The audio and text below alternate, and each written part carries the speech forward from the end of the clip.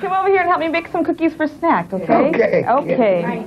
Seamus and the gang are in for no ordinary cooking class. It's one specially designed for them. It's good to see you, Seamus. I'm glad you're here with us today.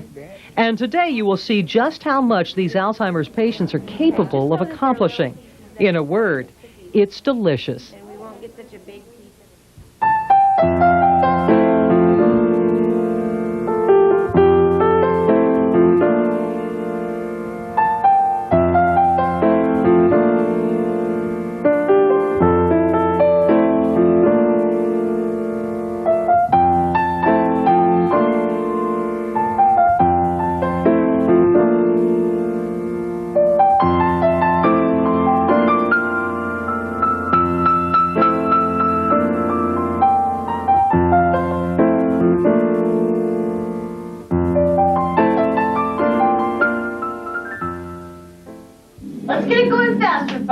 Over the course of this training program, we've talked a lot about activities, the importance they play for Alzheimer's patients. Well-designed activities can reduce a patient's disabilities, slow the progress of Alzheimer's disease. Of course, there is no curing it, at least not yet. Let's quickly recap. What is Alzheimer's disease?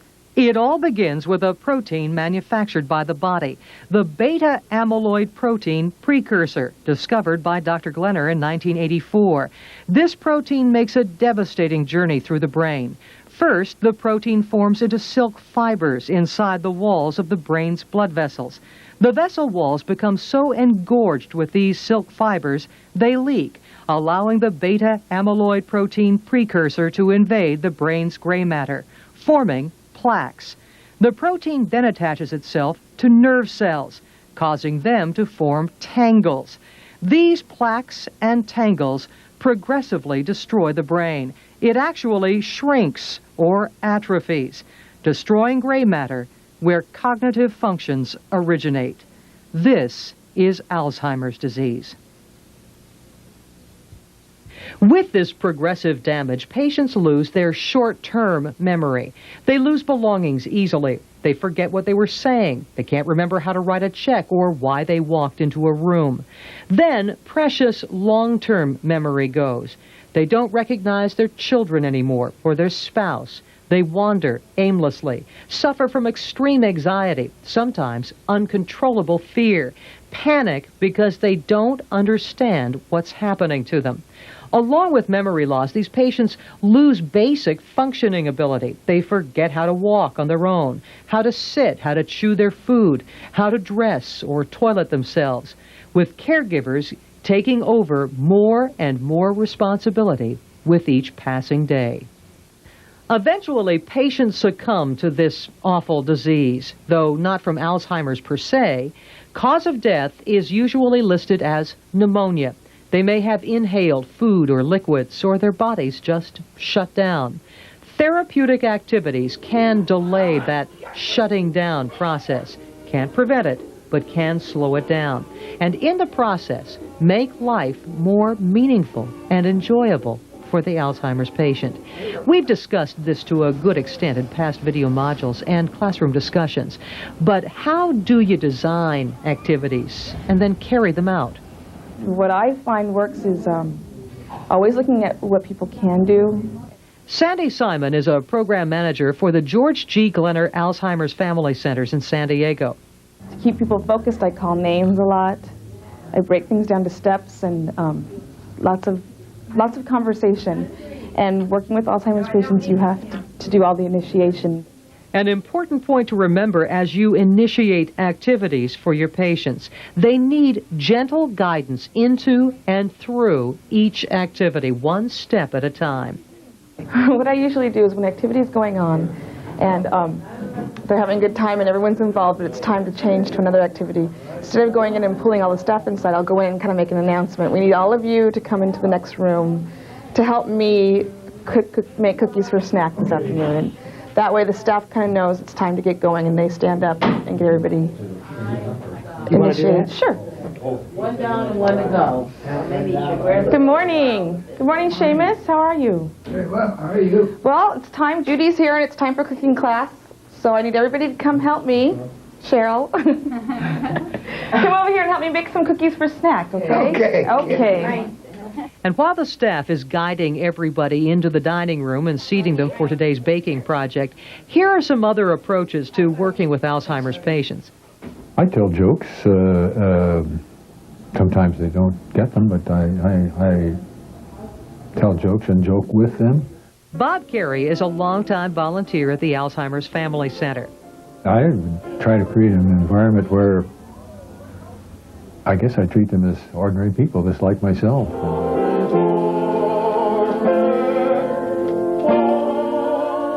And over the years, Bob has developed something of a philosophy for working with Alzheimer's patients.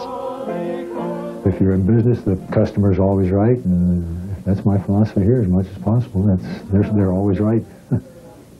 You get something back from it? Oh, sure. Well, I go home every night. I've been here and tell my wife what happened and how it was really exciting, and so I do very much.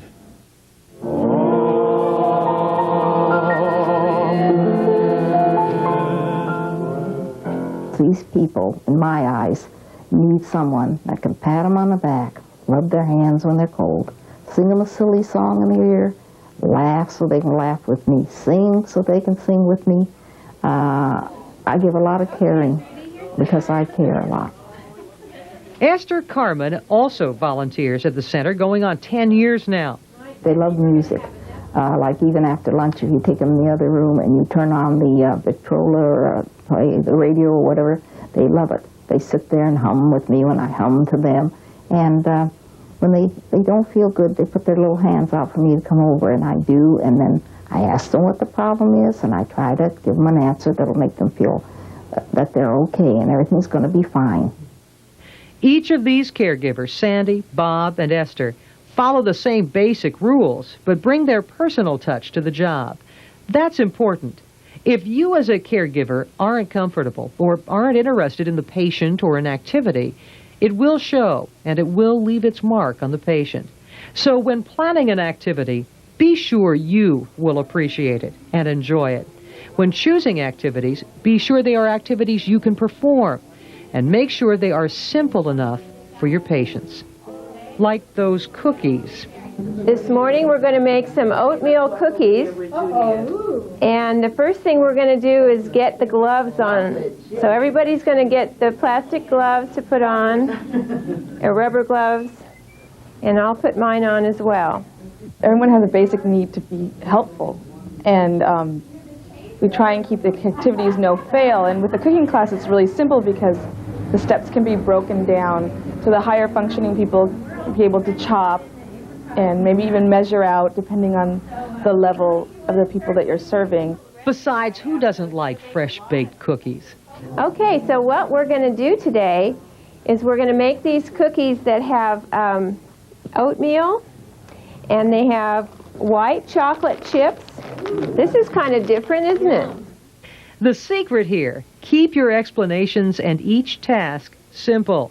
Give the patient just one thing to do so they don't get confused or frustrated, and so they can succeed at this or any other fun activity. Did you do that, TC? That's a good one. For those who are extremely low functioning, We do a lot of hand-on-hand, hand-over-hand, talking to the person, bringing them to their attention to you, to where the class is at, and maybe they're not being able to follow every step. It's too many steps for them, but when it comes to their turn, if you're calling their names, looking at them, placing their hand in yours and helping them to stir and smell and look at the food. That's about, when you're dealing with somebody in a later stage of Alzheimer's, that's what you do. Put it right here for me, because we have to put it in the oven now to bake it. Okay, there we go, very good. even these lower functioning Alzheimer's patients can benefit from an activity like this by virtue of the social interaction alone. And then we're going to bake them while we take our walk, I think. That's right. There's more in store for these patients. The idea, keep them involved and keep them moving. Remember the purpose of activities, what you want to accomplish. They must be therapeutic. meaning they minimize a patient's disabilities. They stimulate your Alzheimer's patients. And there are 4 basic types of stimulation patients need from their activities: large motor, fine motor, cognitive, and social emotional stimulation. What does all that mean? That means you need to get patients up and walking or doing other exercise, large motor activities.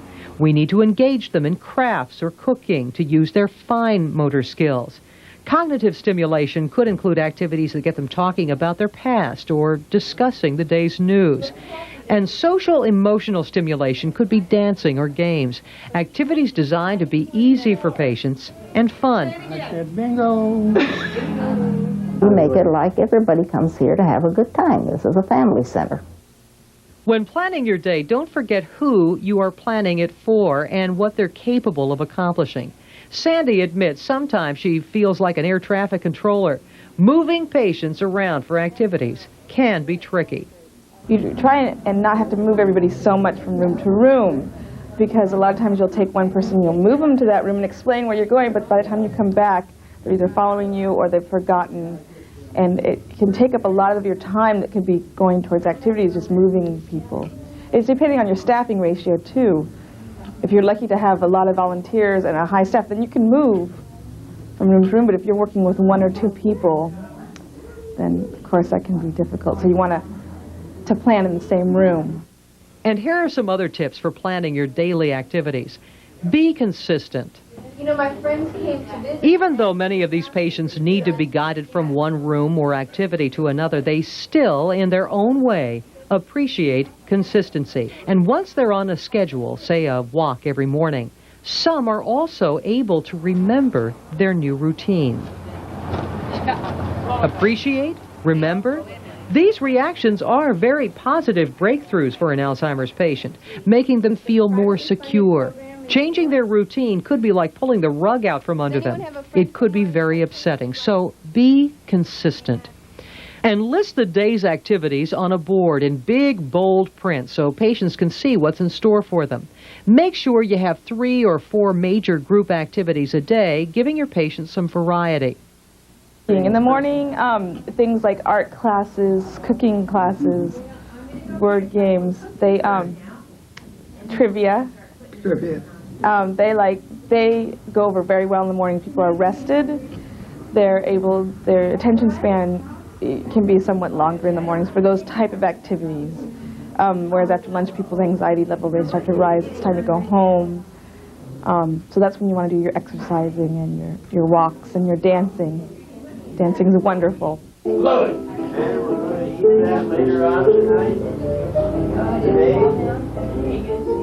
Some patients will need lower key activities for the afternoon. Oh, this would be some happy birds.